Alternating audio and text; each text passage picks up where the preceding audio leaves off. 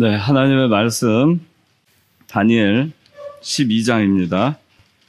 그때 내 백성의 자손을 지키는 최고사령관 미가엘이 일어설 것이고 나라가 생긴 이래로 그때까지 없었던 환난의 때가 올 것이나 그런 때라도 내 백성 중에서 책에 기록된 모든 자는 구원을 얻을 것이다.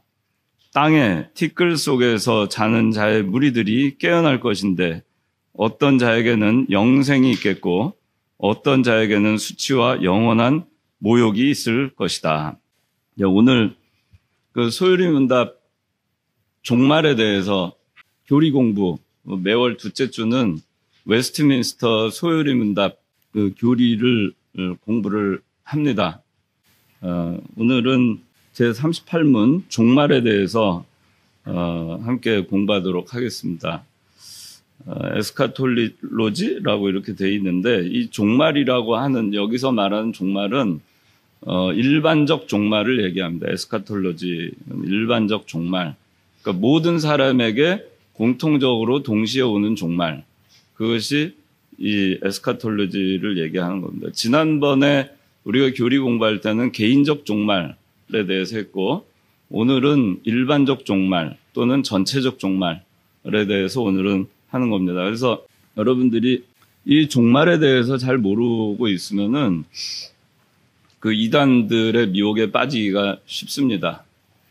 이단들이 특별히 그 성경을 가지고 그 미혹하는 것 중에 가장 많은 것이 뭐냐면은 예수 그리스도 내가 감람나무다 내가 예수 그리스도다 그걸 가지고 미혹을 하고 또 하나는 그것과 연계해서 누가 구원을 받을 것이냐 이 종말론을 가지고 또 미혹을 합니다. 그래서 여러분들이 이 종말 일반적 종말의 주권자가 누구인가를 정확하게 알고 또 일반적 종말이 어떻게 일어나는가에 대해서 성경에 나와 있는 대로 여러분들이 알고 있어야만이 이단들이 미혹할 때 거기에 넘어가지 않을 수 있습니다. 이단들은 그 종말론에 특히 많이 나와 있는 다니엘이라든가 에스겔이라든가 또 요한계시록 또 마태복음 24장 이런 거를 많이 인용합니다. 그래서 이 종말에 대해서 사실상 굉장히 깨닫기 어려운 그런 부분들을 아주 그 알기 쉽게 풀이하는 것처럼 해서 그 성경의 전체 66권에 나와 있는 맥락과 다르게 그렇게 풀이를 해가지고 아주 그럴듯하게 함으로써 아주 미혹받기 딱 십상입니다. 그 저도 어렸을 때는 그 여호와의 증인이라든가 또 몰몬교 또 안식교 그런데 전도라고 해야 되나요? 그런 사람들이 접근을 많이 했었어요. 제가 어렸을 때, 중학교, 고등학교 때. 특히 중학교 때 참 많이 했던 것 같아요. 잘 모를 때니까. 그래서 교회 다니다 그러면은, 어느 교회 전도사다. 이렇게 하고서는 성경 토론을 하자. 그럼 어렸을 때 궁금한 게 많으니까 그걸 가지고 이제 토론을 하고, 알고 보면은 여호와의 증인이거나 박태선의 전도관이라든가 아니면은 안식교라든가 몰몬교였어요. 근데 몰몬교는 아주 표가 딱 나게 요새도 그렇게 하죠. 딱 양복 입고 한 쌍이 이렇게 남자 둘이 그렇게 해서 멀끔하게 생긴 그 외국 청년들이 그렇게 전도를 합니다.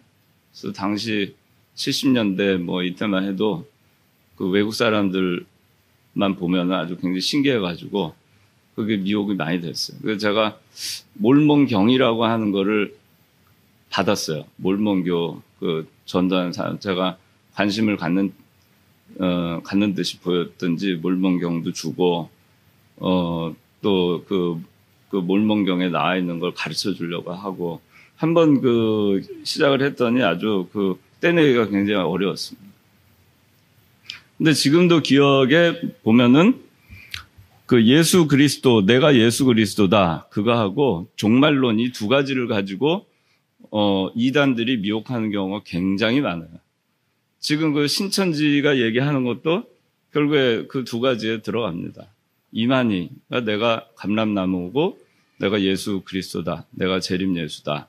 그렇게 얘기하고 그 다음에 이 종말에 구원을 받으려면 14만 4천 그 인원수에 들어가야 된다. 그걸 가지고 그 미혹을 합니다. 신천지에 들어야만 14만 4천 안에 들어올 수 있다. 그렇게 미혹합니다. 오늘 여러분들이 이 종말은 지난 시간에 한 개인적 종말은 개인이 각자 죽을 때 맞게 되는 것이 개인적 종말이고 이 일반적인 종말은 전 인류가 동시에 받게 되는 그런 것이 이 일반적인 종말을 얘기합니다.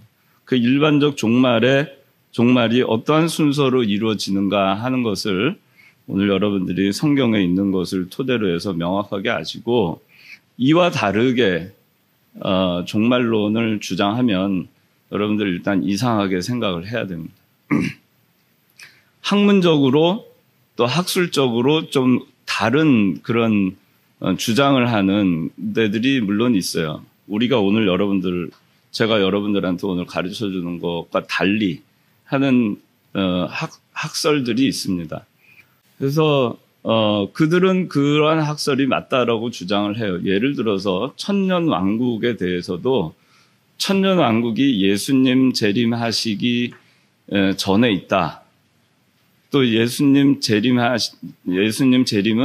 천년왕국 전에 있다. 또 예수님 재림은 천년왕국 후에 있다.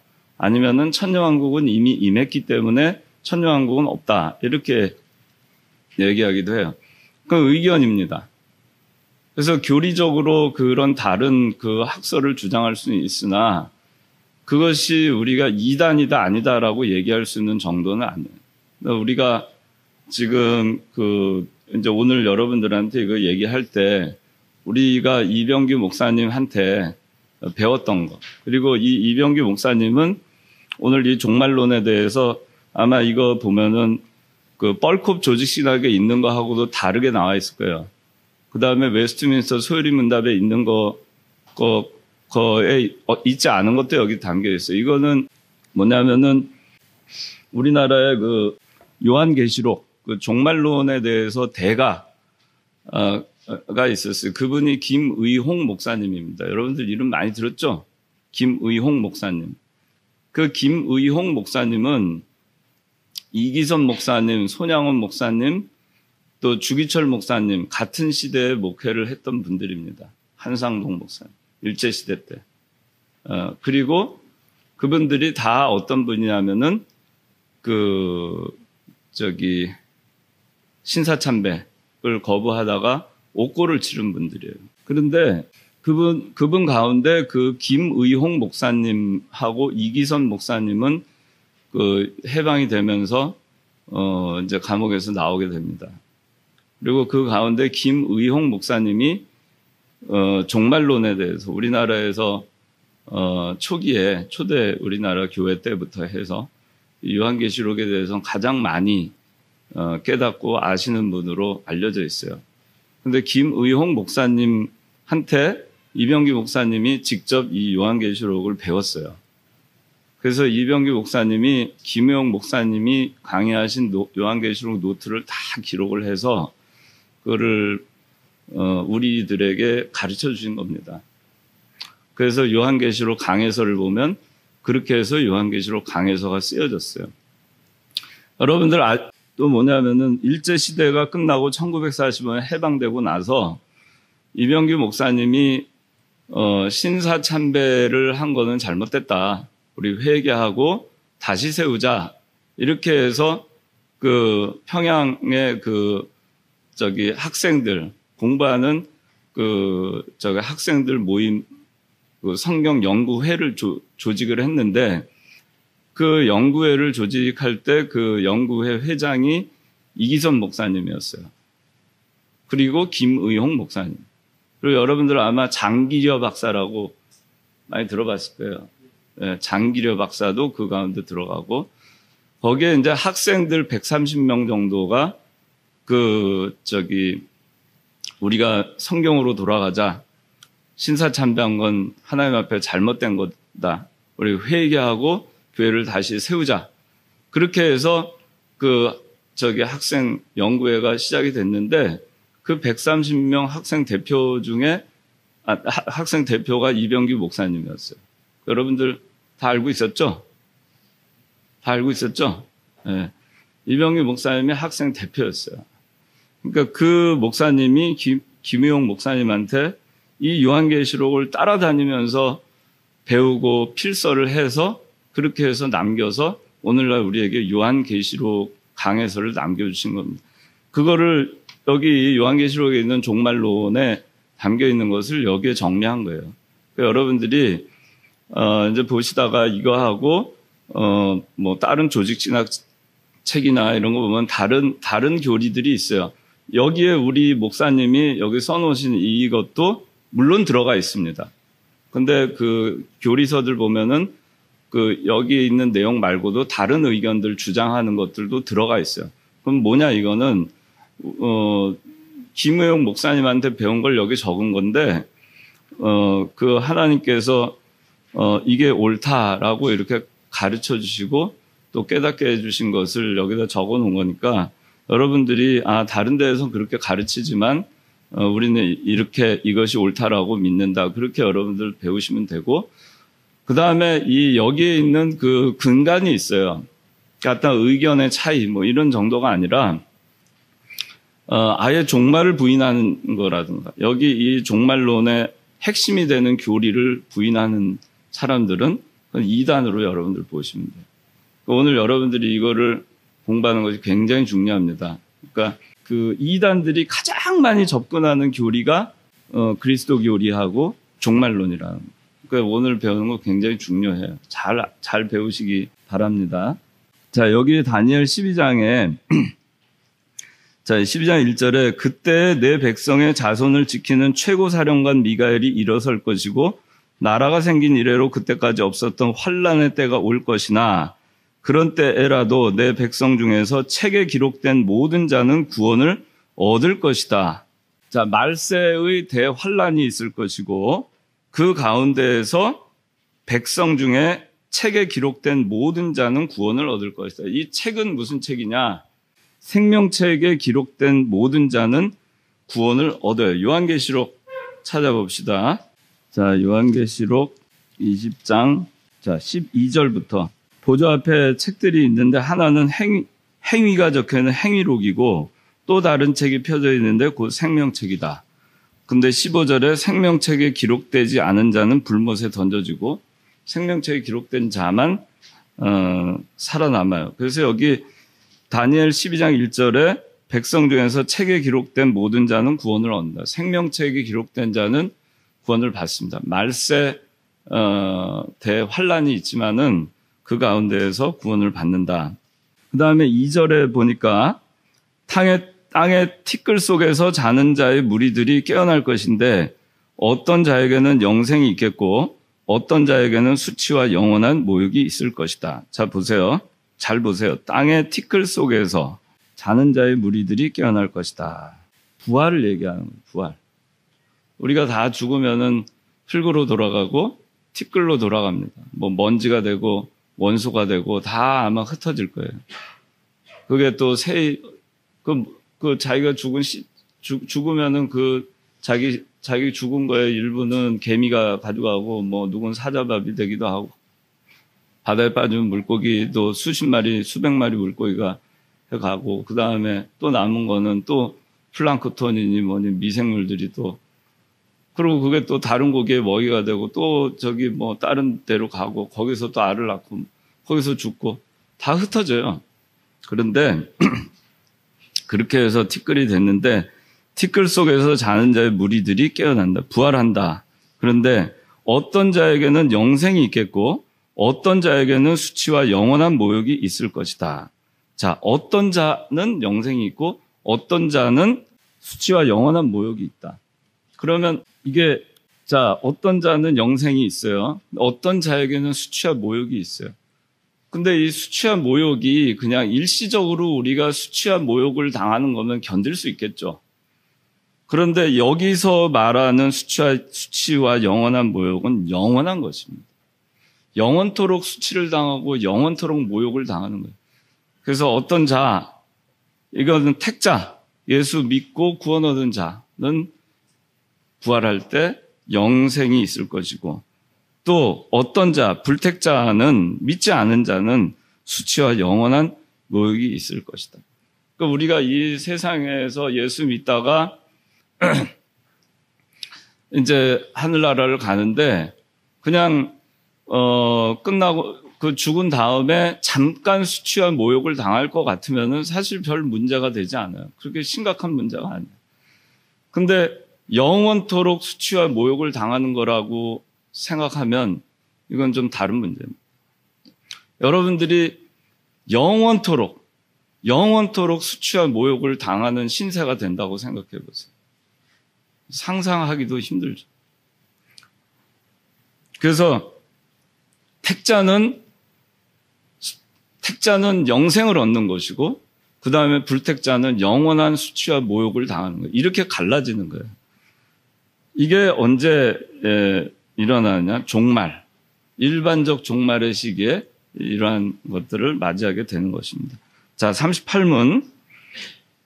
신자가 부활할 때 그리스도에게서 무슨 유익을 받습니까? 답 다 같이 시작. 신자가 부활할 때 영광 중에 같이 살아남으리고 심판날에 밝히 정령과 죄없다 하심을 받고 완전히 구별받아 영원토록 하나님을 존귀하게 즐거워하는 것입니다. 예, 신자가 부활할 때 언제 부활하죠? 신자가 언제 부활하지?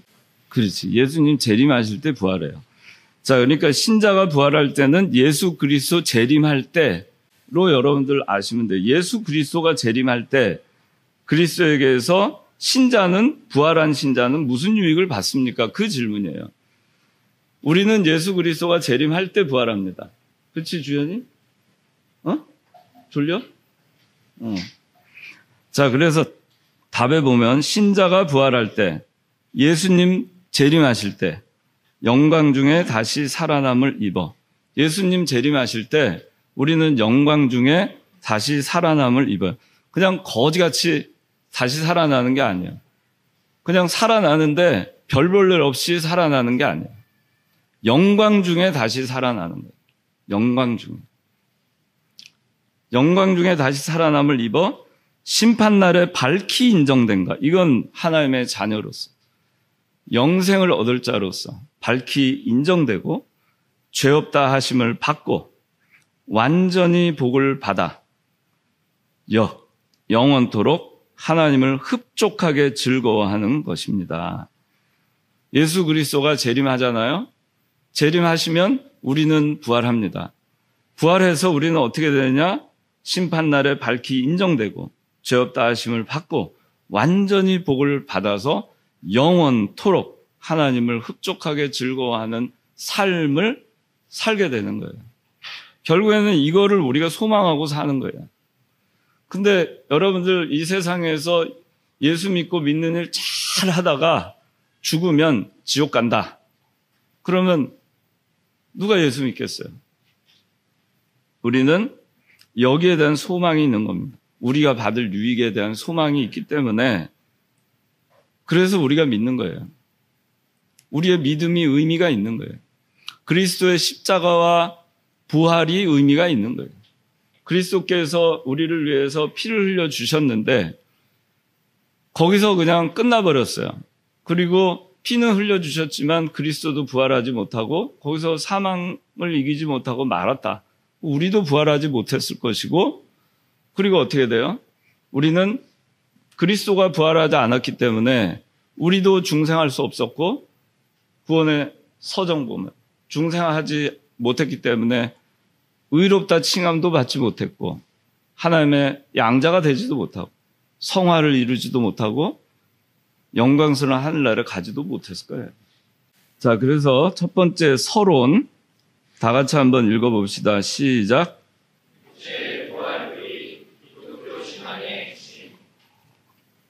예, 그래서 육체의 부활 교리는 기독교 신앙의 핵심이에요. 신자가 부활한다는 거, 이 부활이 없으면은 소용이 없어요. 또 부활해서 다시 죽어도 소용이 없어요. 부활해서 영원토록 완전한 복을 받아서 하나님을 흡족하게 즐거워하면서 영원한 천국 세계에서 살 소망, 그 소망의 시작이 뭐냐면 부활이에요. 그 부활이 없으면 그 다음에 거 아무 소용이 없죠. 부활하지 않았는데 무슨 소용이 있어요? 죽은 사람 명예를 회복해 놓고 그 후손들이 가끔 그런 게 있잖아요. 과거에 사형수가 됐다가 나중에 다시 재심을 해가지고 무죄 판결이 되고 명예 회복이 되는 사람들 가끔 있어요. 그 사람이 그 후손들이야 명예 회복이 됐지만 당사자한테 무슨 유익이 있겠어요?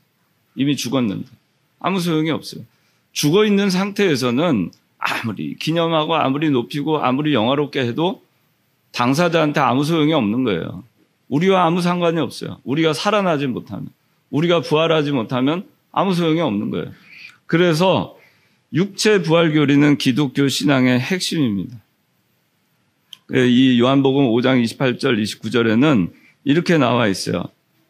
첫 번째, 두 번째 여기 있는데 의인의 부활은 생명의 부활이고 악인의 부활은 심판의 부활로 나타난다. 그렇게 나와 있습니다. 의인은 여러분들 의인은 부활할 때 그게 생명의 부활이 되는 거예요. 그런데 악인은 부활할 때 그게 생명의 부활이 아니고 영원한 사망으로 가는 부활을 하는 거예요. 심판의 부활을 하는 거예요. 영원한 무적행, 영원한 지옥 형벌로 가는 그 부활을 하는 거예요. 그거 얼마나 차이가 있어요. 하나는 나사로와 같이 아브라함의 품에 안기는 것이고 하나는 부자와 같이 지옥불에 떨어지는 겁니다. 그 의인의 부활은 생명의 부활이고 악인의 부활은 심판의 부활입니다. 우리는 믿음으로 말미암아 의인이 된 거예요. 그리스도의 십자가와 부활로 말미암아 우리는 의인이 됐지 우리의 행위로 의인이 된 게 아니에요. 우리가 세상에서 예수 믿지 않고 아무리 의를 많이 행하다 죽어도 그 사람은 악인의 부활이 돼서 심판의 부활을 맞이하게 되는 것입니다. 자, 본론. 자, 이제 예수님 우리가 부활할 때 그때는 예수님 재림하실 때라고 했어요. 예수님 재림하실 때 우리가 어떻게 되는가? 첫째, 영광 중에 다시 살아납니다. 우리는 영광 중에 다시 살아납니다. 자, 1번 다 같이 읽어봅시다. 시작. 두 번째 시작. 밑에 부활한 육체는 시작. 세 번째 시작.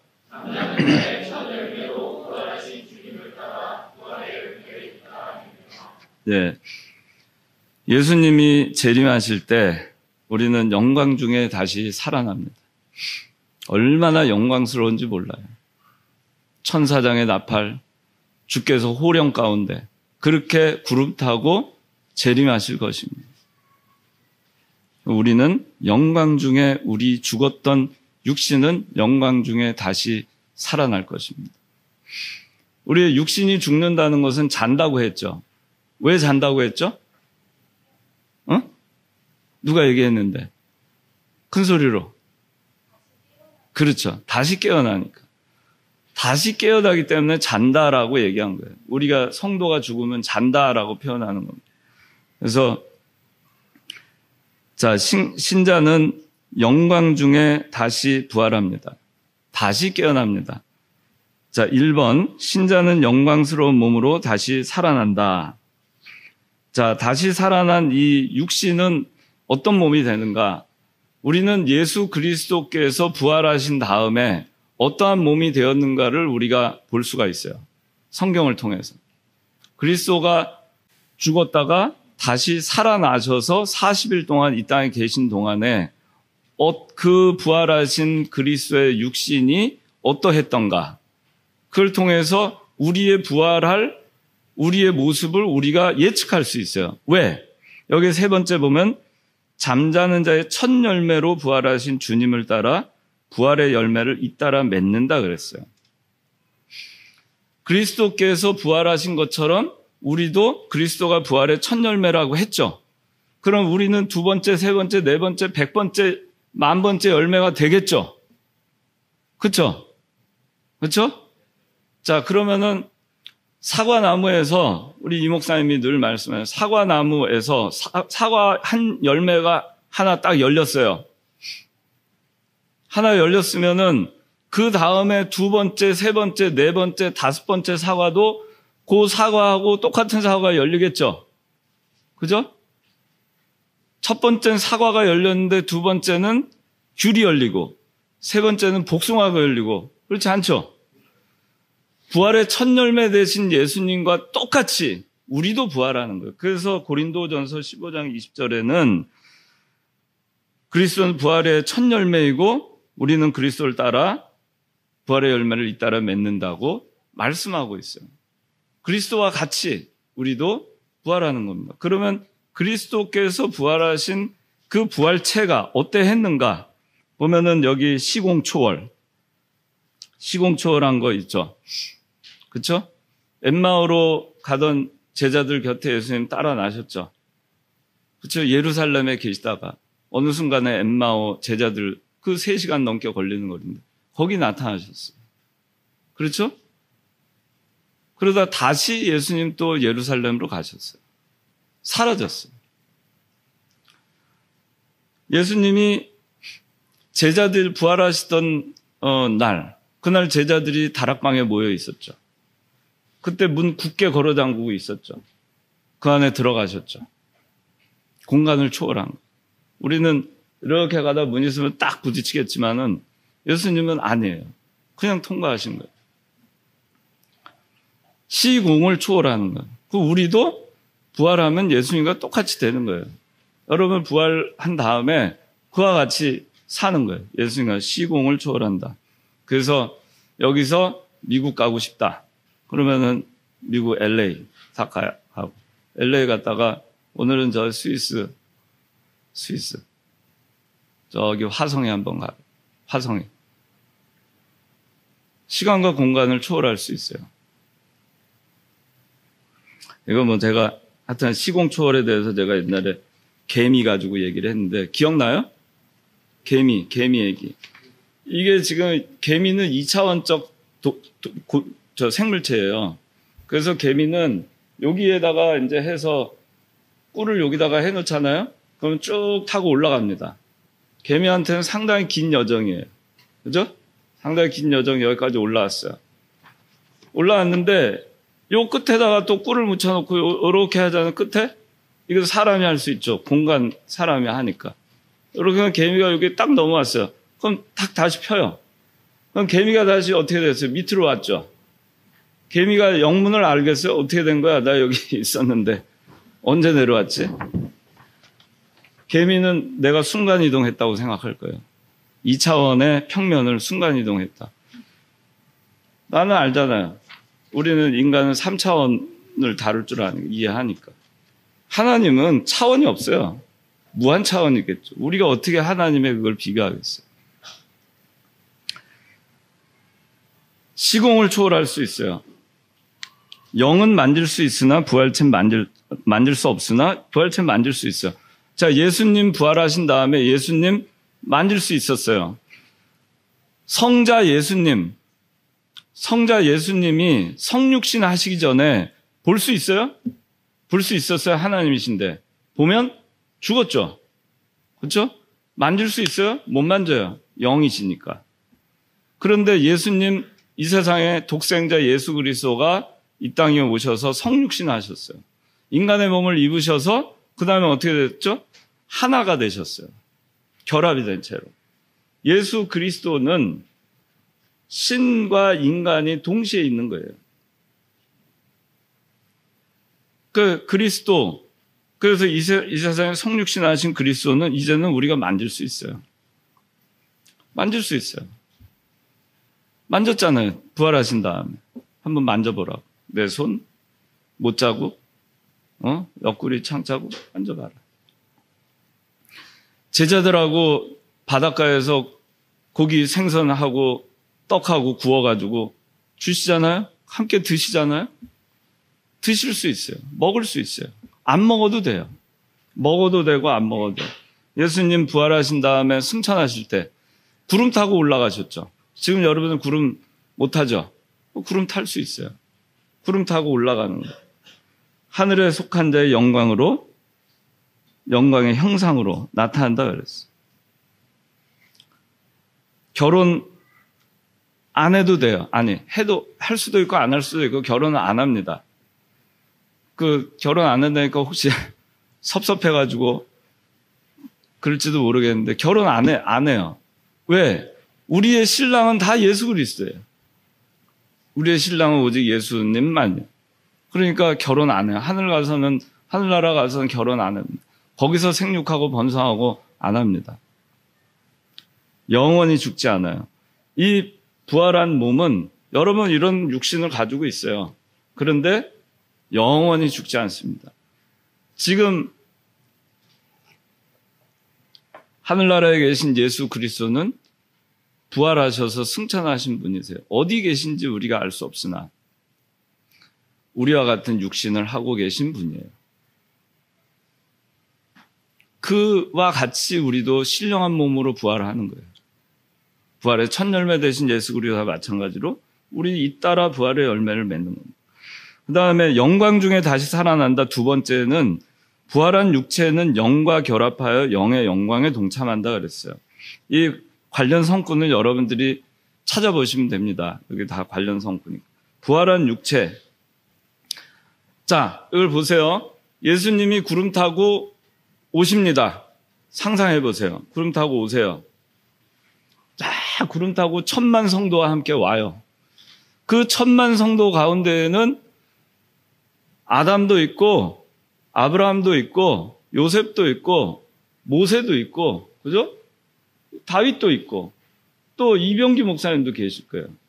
쫙 타고 이기섭 목사님, 김우영 목사님 쫙 오시는 거예요. 오시면 이제 그때 만약에 승리가 미안하지만 죽었어요. 그때 이미 죽어가지고 장사 지냈어요. 무덤에 묻혀 있는데 그러면 어떻게 되느냐? 예수님 오실 때 부활합니다. 그 무덤을 터치고 승리가 다 부활해요. 부활해가지고 승리의 육신이 결합을 합니다. 이 승리가 육신은 땅에 있었지만은 중생한 영혼은 죽어가지고 어디로 갔어? 천국으로 갔죠, 이미. 그럼 예수님 재림하실 때 승리의 중생한 영혼은 무덤에 있을까? 아니면은 구름 타고 그 1000만 성도 가운데 있을까? 1000만 성도 가운데 승리가 오는 거예요. 승리는 오는 거고, 그 다음에 죽은 승리의 몸이 부활해서 들려 올라가서 공중에서 하나가 되는 거예요. 그래서 하나가 됐을 때 그게 어떻게 되느냐? 신령한 그리스도의 몸과 같이 되는 거예요. 데살로니가 전서 4장. 자, 14절. 자, 이거 잘 보세요. 14절. 잘 보세요. 자, 제가 다시.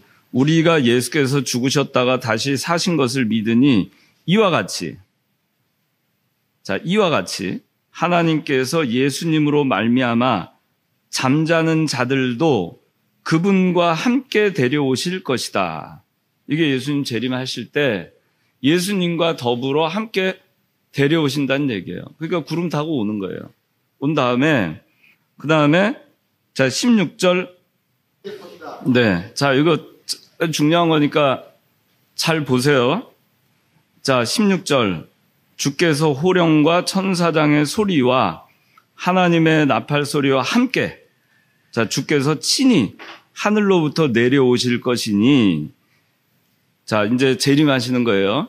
재림하시는데 그때 그리스도 안에서 죽은 자들이 먼저 일어나고 그러니까 승리가 죽어 있었으면 먼저 부활해서 일어나는 거예요. 그래서 공중으로 올라가는 거예요. 자기의 중생한 영혼 천군 천사와 함께 올 때 공중으로 올라가서 하나로 결합이 되는 거예요. 그게 지금 부활한 육체는 영과 결합하여 영의 영광에 동참한다는 이 말씀이에요. 그 다음에 17절에 데살로니가전서 4장 17절에 그 다음에 우리 살아남아 있는 자들이 그들과 함께 구름 속으로 끌려 올라가 공중에서 주님을 영접할 것이니 그리하여 우리가 항상 주님과 함께 있게 될 것이다 그랬어요. 자, 그 다음에 예수님 재림하실 때 그냥 살아있던 사람들 있잖아요. 그때 이미 죽어 있으면 예수 믿고 죽었으면 부활해서 공중으로 올라가요, 먼저. 그 다음에 살아남아 있는 자들 있잖아요. 살아있는 사람은 지금 중생한 영혼 지금 있죠. 좀 공중에서 승리의 중생한 영혼이 막 오고 승리가 촥 해서 올라가가지고 이제 공중에 있는데 그 다음에 나는 살아있다가 그 광경을 보고 그리고 나도 내 중생한 영혼과 이 육신은 신령한 몸으로 변화돼서 공중으로 올라가요. 여기 공중에서 주님을 영접할 것입니다. 주님이 공중 재림하는 거예요. 공중에서 재림하실 때 공중에서 영접하는 거예요. 우리가 들려 올라가서 공중에서 영접하는 거예요.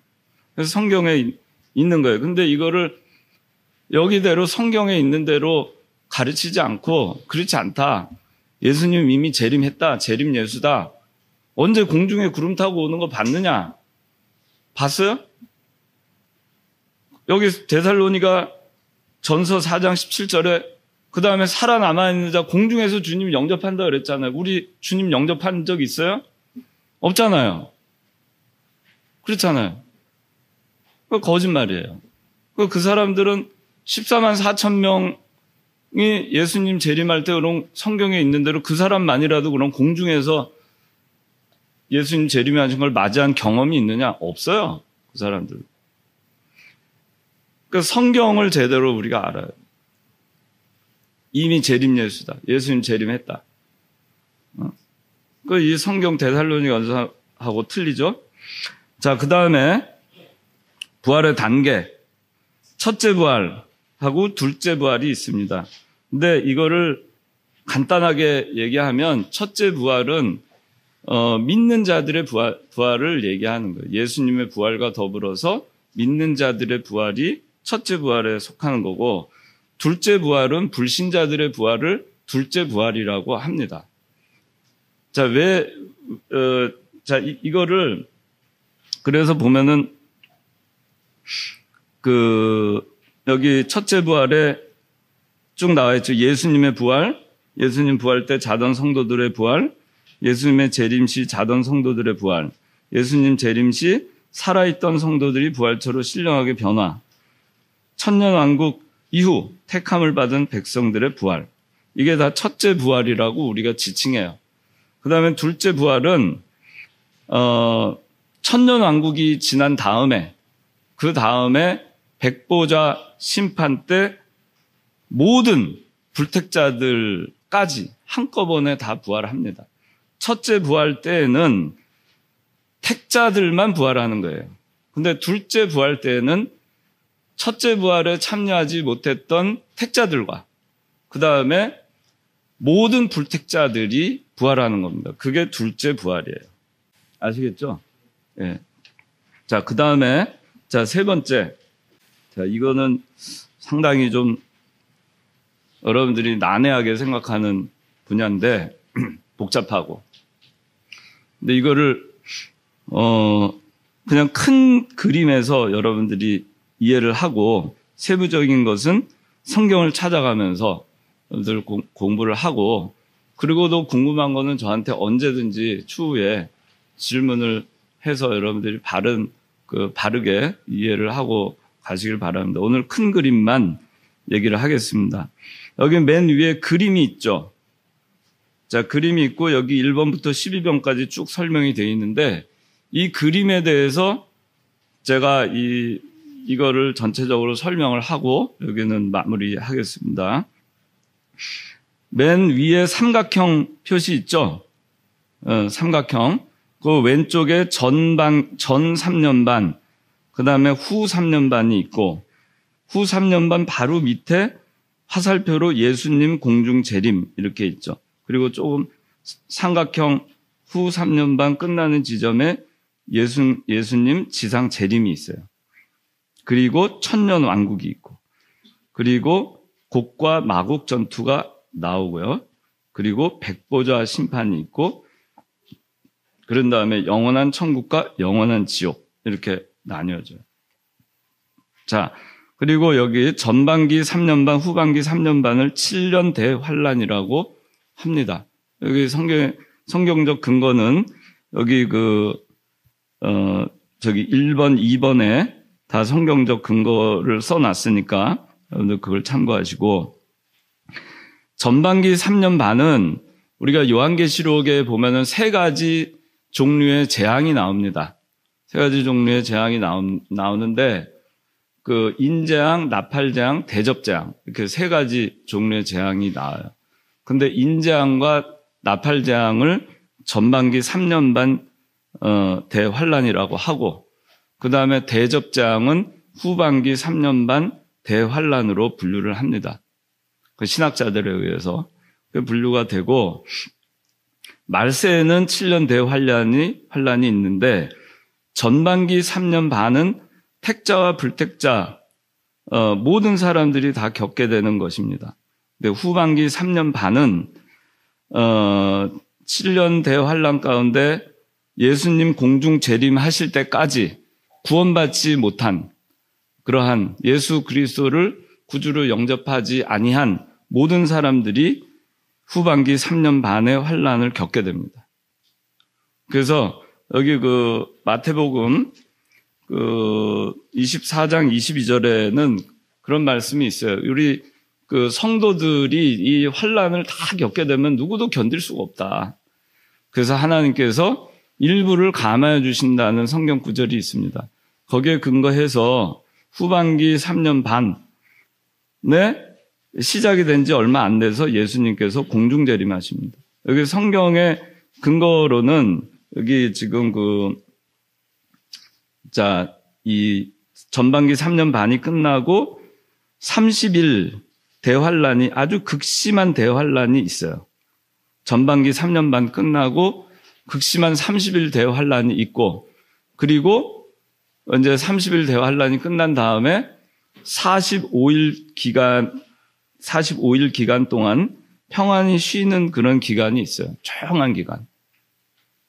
그 기간이 끝난 다음에 예수님이 공중 재림하십니다. 그러니까 이 성경에 있는 문자적으로 볼 때 전반기 3년 반이 끝나고 75일 후에 예수님께서 공중 재림하십니다. 근데 이게 7년 대환란이라는 것이 숫자적으로 7년을 의미하는 것은 아니고 상징적인 것을 의미해요. 그래서 여러분들이 요한계시록에 있는 전반기 대환란, 말세에 있을 환란을 여러분들이 살아있는 동안에 예수님 재림하시기 전에 겪게 된 환란이 뭔가를 알려면 요한계시록의 인재앙하고 나팔재앙이 어떤 내용인가를 보시면 돼요.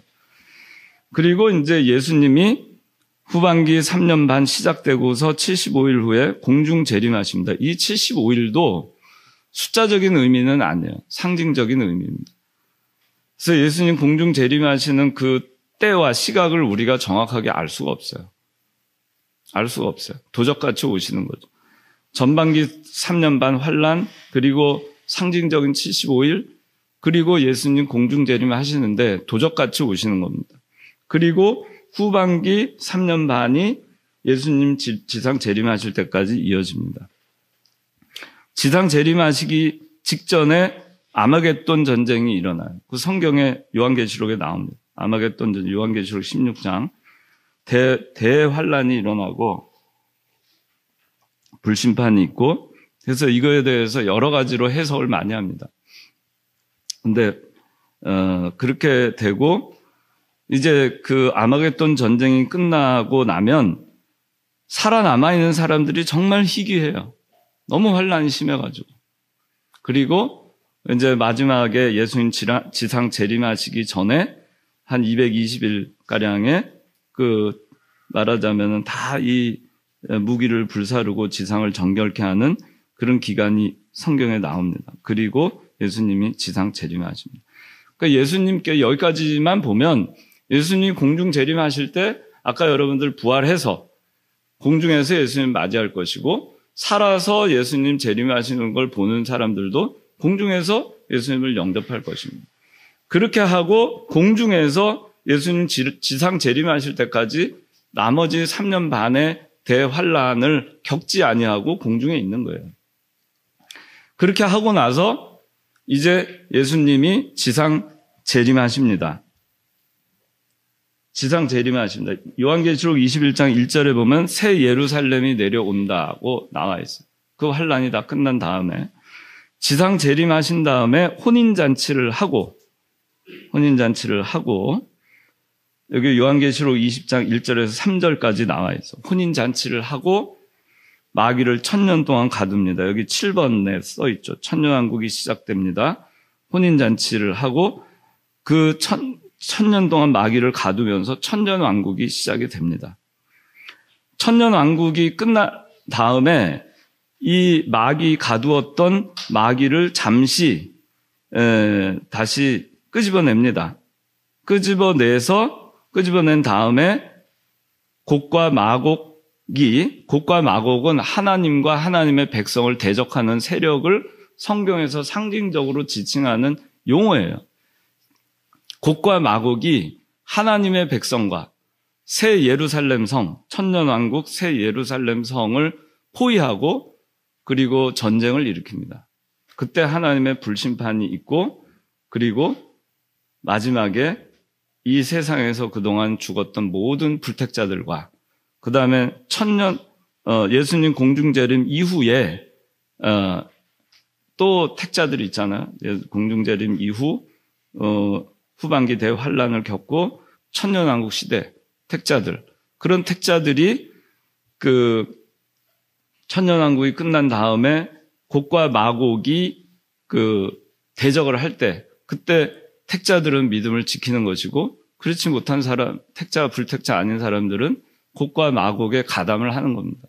그렇게 해서 택자, 불택자를 가려내시고 그리고 이제 백보자 심판을 하게 됩니다. 그렇게 해서 백보자 심판할 때는 이때가 둘째 부활입니다. 이때는 불택자들까지 다 부활하는 거예요. 다 부활하는 겁니다. 그 다음에 이때 택자들 가운데에서 예수님 공중재림 하셨다가 곡과 마곡 전투 때까지 있었던 그 택자들도 택자들 가운데 죽었던 자들이 부활합니다. 근데 이거는 둘째 부활이라고 우리가 부르진 않고 첫째 부활이라고 불러요. 부를 때는 택자들이 부활하는 거는 다 첫째 부활로 우리가 부릅니다. 그리고 불택자들이 부활하는 거, 백보자 심판 전에 하는 거는 둘째 부활로 우리가 부릅니다. 근데 여러분들 자 여기서 이제 여기까지 이제 줄거리를 다 설명을 했고, 자 예수님께서 지상 재림하신 다음에 1000년 동안 마귀를 가둡니다. 여기 7번 설명 7번 한번 보세요. 자, 천년왕국 시작, 혼인잔치, 마귀를 1000년 동안 가둠, 세상에는 죄가 없음, 괄호 열고 인간의 유전죄만 있으나 마귀가 없으므로 죄가 발동하지 않는다. 따라서 전쟁이 없고 평화의 시기다. 그랬어요. 세상에는 죄가 없습니다. 원죄로 인한 유전죄는 그대로 있어요. 그러나 마귀가 무저갱에 1000년 동안 가둠을 당했기 때문에 마귀에 의해서 죄가 발동되지를 않아요. 그렇기 때문에 이 세상에는 평화가 옵니다. 1000년 동안에는 평화의 세계예요. 죄가 없는 세상입니다. 전쟁도 없고 그런 세상이 되는 것입니다. 그때는 100세 때 죽으면 아이가 죽었다라고 할 만큼 수명도 길어요. 그런 시대가 1000년 동안 이어지는데, 이병기 목사님 강해서에는 이 14만 4천이나 뭐 666이나 뭐 이런 것들은 다 상징적인 숫자지만은 이 천년 왕국에 있는 이 천년은 숫자적인 것으로 해석을 합니다. 그래서 1000년 동안 실제로 지상에 천년 왕국이 이 세상에 있을 겁니다. 이건 요한계시록에 나와 있는 대로 풀이를 이 목사님께서 하신 거예요. 그래서 그 천년 왕국이 시작이 되고, 그러면 천년 왕국 동안에 8번 보세요. 8번. 성 안에 천년 왕국이라고 하면은 자, 천년 왕국이라고 하면은 이게 성이에요, 성. 자, 공중에 예수님과 함께 공중 재림한 예수님을 맞이해서 이 공중에 있었던 자들이 이제 7년 대환란 끝난 다음에 지상으로 이렇게 내려옵니다. 새 예루살렘 성이. 이 새 예루살렘 성 안에 다 들어가 있겠죠. 그죠?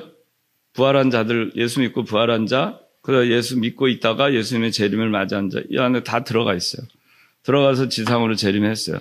지상으로 내려왔고 혼인잔치가 있고 천년 왕국이 시작이 됩니다. 그러면 천년 왕국 시대에는 새 예루살렘 성 안에 있는 백성들이 있죠.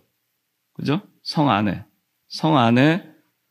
이 사람들은 누구냐? 예수님 재림하실 때 부활한 사람들과 예수님 재림하실 당시에 예수 믿고 있다가 부활을 목격해서 공중으로 들려 올라간 자들, 그 사람들이 여기 있는 거예요.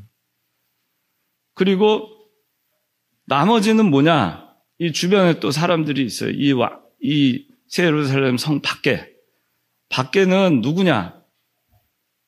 여기에는 그 아마겟돈 전쟁과 후반기 3년 반 환란, 그 극심한 환란을 이겨낸 희귀한 사람들이 살고 있어요. 근데 이 사람들 가운데에는 또 택자가 있고 불택자가 있어요. 새로 태어난 자들, 그죠? 그 다음에 예수님 재림하실 때까지 아직 부름을 받지 못한 자들. 그런 자들이 여기 있는 거예요. 살고 있어요. 그런데 이 사람들은 어떻게 살고 있냐? 마귀는 무저갱에 가뒀기 때문에 죄를 짓지 않아요. 여기서. 이 사람들은. 당연히 이 안에 있는 사람들은 죄를 안 짓죠. 그러니까 여기서 지금 천년왕국 시대에는 전쟁도 없고 평화의 시기라고 얘기하는 거는 이 성 안에 있는 사람들을 얘기하는 게 아니에요. 성 밖에 있는 사람들을 대상으로 하는 얘기입니다. 성 밖에 있는 사람들, 그 사람들이 전쟁도 없고 평화의 시기예요. 아주 평화롭게 살아요. 근데 그 시기에 이 성 안에 있는 사람들이 성문 밖으로 드나들면서 왕노릇을 합니다. 이 성 안에 있는 사람들은 신령한 몸으로 부활했죠. 신령한 몸으로 변화했죠. 그러니까 이 성 안에 있는 사람들은 이 밖으로 나가서 할 때도 아까 처음에 있는 대로 영광스러운 몸으로 사는 거예요. 여기서 미국 가면 가고 다 하는 거예요. 이 성 밖에 있는 사람들은 그렇게 못해요. 아직 신령한 몸으로 변화하지도 않았고 이 가운데는 무수한 불택자들이 또 있기 때문에 택자라 하더라도 아직 그리스도를 영접하지 않았으면 아직 구원받지 못했죠. 이 사람들은 이 바깥에서 우리와 똑같은 육신을 입고 사는 거예요. 제한적인 몸. 이 안에 있는 사람들이 신령한 몸으로 왔다 갔다 하는 거예요. 죄도 짓지 않아요. 그런데 이 성 안으로 이 사람들이 들어올 수 없어요. 성 안에 있는 사람들이 밖으로 들어오고 나가면서 왕노릇 한다고 성경은 증거하고 있어요. 그렇게 해서 천년왕국이 이어지는 것입니다. 천년왕국이 천년왕국 끝나고 마귀를 풀어놔요. 그럼 여기는 당연히 영향이 없죠. 해가 대신 그리스도와 더불어 여기 있는데 여기 마귀 세력이 들어올 수가 없어요. 근데 이 마귀를 풀어놓으면은 여기 밖에 있는 사람들을 핍박하는 거죠. 그게 곡과 마곡 전투예요. 곡과 마곡이라는 건 하나님을 대적하는 세력이에요. 이 세력들이 마귀가 그 사람들, 불택자들을 그렇게 격동을 시켜가지고 여기서 이제 택함을 받은 자들이 그 핍박과 환란을 당하게 만드는 거죠. 그리고 성경에 보면 이 예루살렘 성을 다 포위한다고 나와 있어요. 그 요한계시록 21장에 나와 있을 겁니다.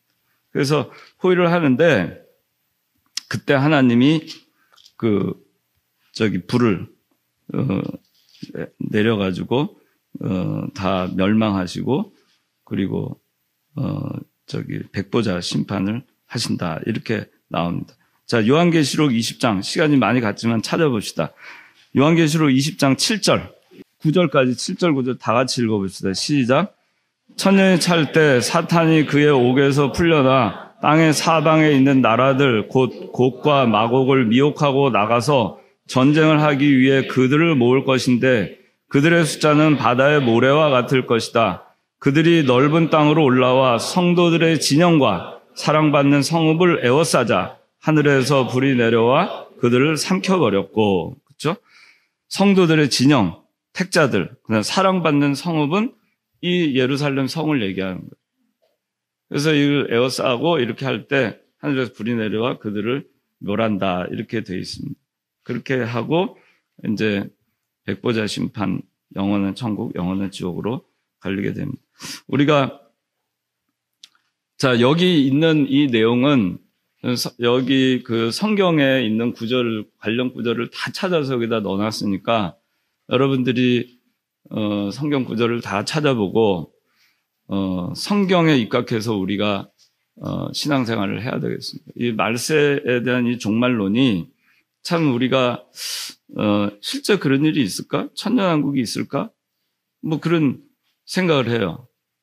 근데 성경에 있다고 하면은 우리가 있는 거로 믿어야 되겠죠. 어떤 건 믿고 어떤 거 안 믿으면 그건 불신앙이기 때문에 우리는 성경에 있는 그대로 믿습니다. 주님께서 재림하실 것입니다. 그렇기 때문에 주님의 재림을 사모하는 성도가 돼야 되겠습니다.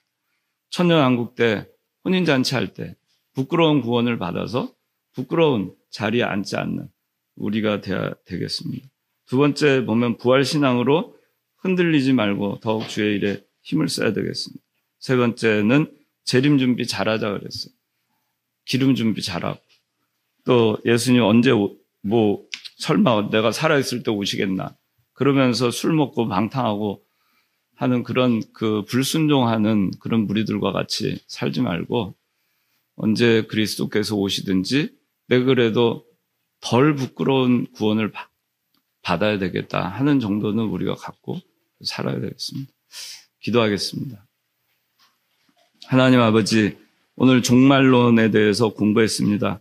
교리적으로 어려움이 있지만은 저희들이 성경에 입각해서 바로 깨닫고 성경을 근거로 해서 저희가 바로 알아서 저희가 세상의 진리가 혼탁하고 이 성경을 자기 유익을 위해서 바꾸어서 풀이하고 또 그걸 가지고 사람들을 미혹하는 그런 말세 지말이 된 가운데 있사오니 저희가 이 종말론에 대해서 바르게 이해하고 성경을 토대로 해서 명확하게 알아서 우리가 잘못된 교리에 미혹되지 않고 성경에 있는 말씀대로 우리가 그리스도의 재림을 고대하고 그 이후에 있을 천년왕국을 저희가 고대하고 영원한 하늘나라를 고대하는 저희의 삶이 되게 하여 주시고 그리스도의 재림을 저희가 고대할 때 믿음으로 잘 준비하는 저희들 되게 도와주시옵소서. 예수님 이름으로 기도하옵나이다. 아멘.